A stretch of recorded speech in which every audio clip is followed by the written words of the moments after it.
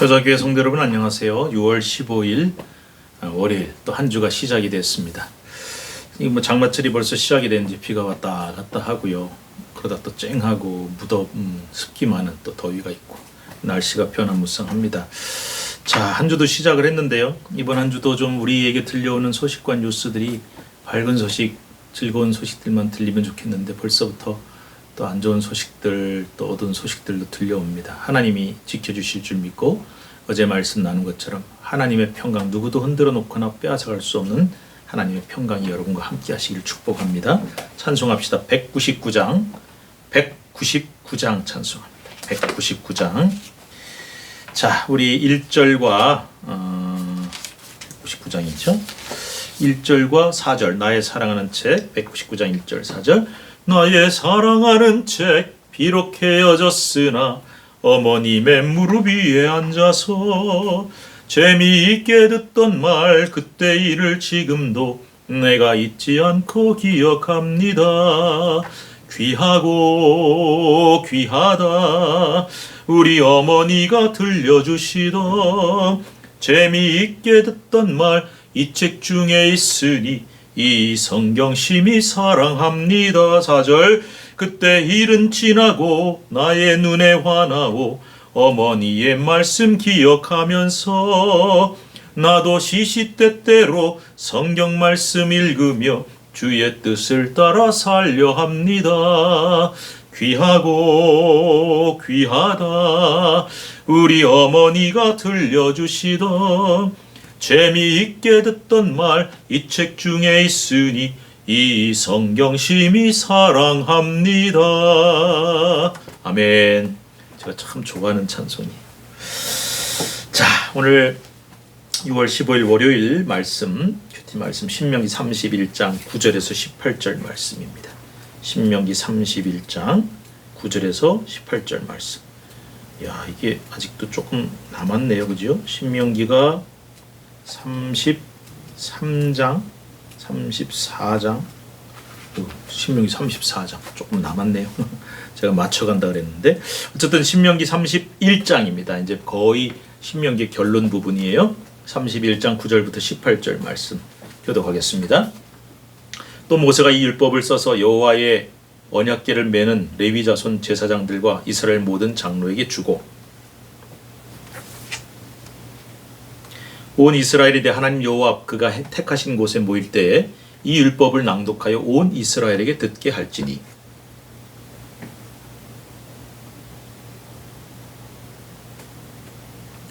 또 너희가 요단을 건너가서 차지할 땅에 거주할 동안에 이 말씀을 알지 못하는 그들의 자녀에게 듣고 내 하나님 여호와 경외하기를 배우게 할지니라.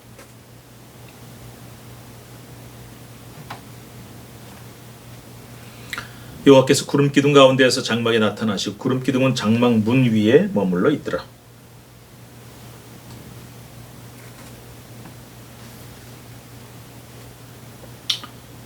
내가 그들에게 진노하여 그들을 버리며 내 얼굴을 숨겨 그들에게 보이지 않게 할 것인즉 그들이 삼킴을 당하여 허다한 재앙과 환란이 그들에게 임할 그때에 그들이 말하기를 이 재앙이 우리에게 내림은 우리 하나님이 우리 가운데 계시지 않은 까닭이 아니냐 할 것이라. 아멘.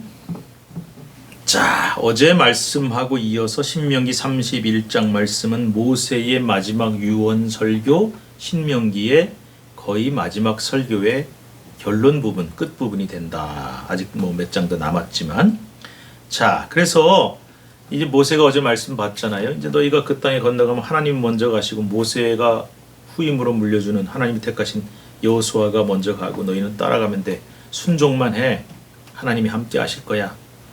이렇게 얘기를 하고서는 율법을, 이 율법, 자기가 이제 설교한 것도 다 율법이죠. 하나님 주신 율법과 설교의 율법을 다 써서 이 언약궤를 매는 레위 자손 제사장들과 장로들, 영적 지도자, 요즘으로 치면 정치적 지도자, 사회 지도자들한테 줘서 이거를 딱 갖고 있다가 하나님 말씀을 매 7년 끝, 곧 면제년, 안식년이라고도 하죠. 그때 초막절 때는 다 이스라엘 백성들을 다 모으게 해가지고 하나님 택하신 곳에 모아서 이 말씀을 낭독을 하고 그들이 듣게 해라. 그런데 그냥 듣는 게 아니라 곧 백성의 남녀와 어린이와 성읍 안에 거주하는 타국인까지 다 모여서 이 말씀을 듣고 듣는 것만이 아니라 하나님을 경외해서 12절 이 말씀을 율법 말씀을 지켜 행하게 해라. 또 너희가 요단을 건너가서 차지할 땅이 거주할 동안에 이 말씀을 알지 못하는, 그러니까 말씀 율법 세대가 아닌 그 다음 세대인 자녀들이 듣고 하나님 여호와 경외하기를 배우게 해라. 자, 말씀을 보존하라는 거예요. 그리고 하나님의 율법을 전달을 잘, 전수를 잘 해주라는 거예요. 그러니까 써야죠. 말로 하는 건 한계가 있어요. 그래서 구전도 중요하지만은 써서 그것을 너희 영적 지도자들과 사회 지도자들이 책임을 지고서 안식년 면제년 끝에 그 초막절 때는 7년마다 한 번씩은 꼭 이 말씀을 온 세대와 온 백성과 타국인까지 다 모여서 이 말씀을 듣고 율법을 지켜 행하게 해라. 그래서 그 율법을 철저하게 보존하고 철저하게 전수하고 철저하게 지키게 해라. 그래야 세대를 이어서 그 말씀의 전수를 시켜야 그 세대가 천대에 걸쳐 복을 받는 세대가 될 수 있다. 여러분, 말씀을 잘 보존하고 전달하는 이 전수하는 이 책임은 대단히 중요한 것입니다. 아버지 어머니 때 신앙생활 잘했어. 우리 집안은 몇 대째 예수 믿는 집안이야. 근데 자녀와 자녀손들, 손녀들 중에 신앙 잃어버린 경우 많잖아요. 아무도 큰 소리 못 쳐요. 아무도 장담 못 해요. 목사과정도 마찬가지, 장로님 권사님 과정 마찬가지. 그래서 이 믿음을 이어가고 전수하는 일이 얼마나 중요한지 모르고, 내가 예수를 잘 믿고 신앙생활하고 구원받고 하나님을 기쁘시게 하는 것 못지않게 그 신앙을 우리 다음 세대와 자녀들에게 물려주고 전수하는 것이 그만큼 중요하다는 것을 말씀하고 있기 때문에 이 말씀을 잘 기록을 해서 전하고 지키게 해라. 그것만이 그 너희가 건너가는 그 땅에서 영원히 대를 이어서 복을 받는 비결이다라고 말씀을 하신 거예요. 자, 저와 여러분 이 말씀을 순종해서 말씀을 잘 새기고 기록을 하고 가르쳐서 우리 자녀와 자녀손들 다음 세대가 철저하게 하나님의 말씀을 이어갈 수 있는 전수를 신앙에 돼 있기를 잘하는 저와 여러분 우리 가정 되기를 축복합니다. 중요합니다. 그리고 이제 죽을 기간이 가까웠다. 모세에게 야, 너 와라. 여호수아도 같이 와라. 다음 이제 세대를 이어갈 지도자니까요.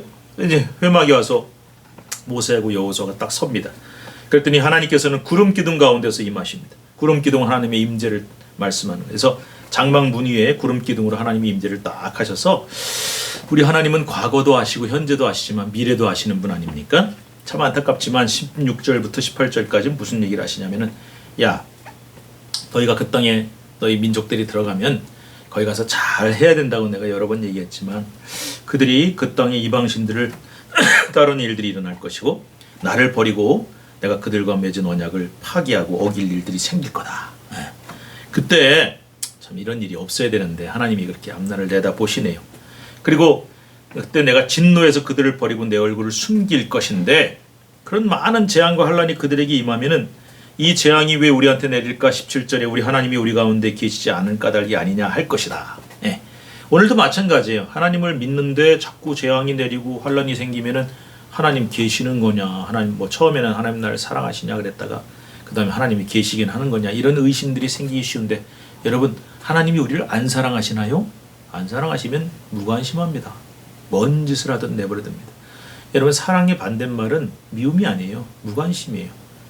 그래서 하나님이 사랑 안 하시면은 야단도 안 치세요. 부모가 무관심하면 누가 야단을 칩니까? 뭘 하고 먹고 살든 어디 가서 험한 말로 굴러다니든 상관없죠. 근데 사랑하기 때문에 야단도 치고 징별도 하는 거예요. 사랑 안 하십니까? 사랑하십니다. 하나님 안 계십니까? 계십니다. 하나님이 우리 가운데 계시냐? 당연히 계십니다. 착각하지 말라는 거예요. 하나님도 계시고 사랑하시는데 너희가 하나님을 버리셨으니까 하나님이 그 얼굴을 숨긴 것이다.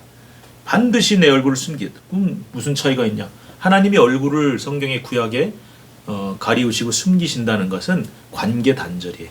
하나님은 살아계시지만 하나님과 백성 사이, 이스라엘 사이의 관계가 단절되고 얼굴을 이렇게 돌리시고 숨기시는 거예요. 외면하신다는 얘기죠.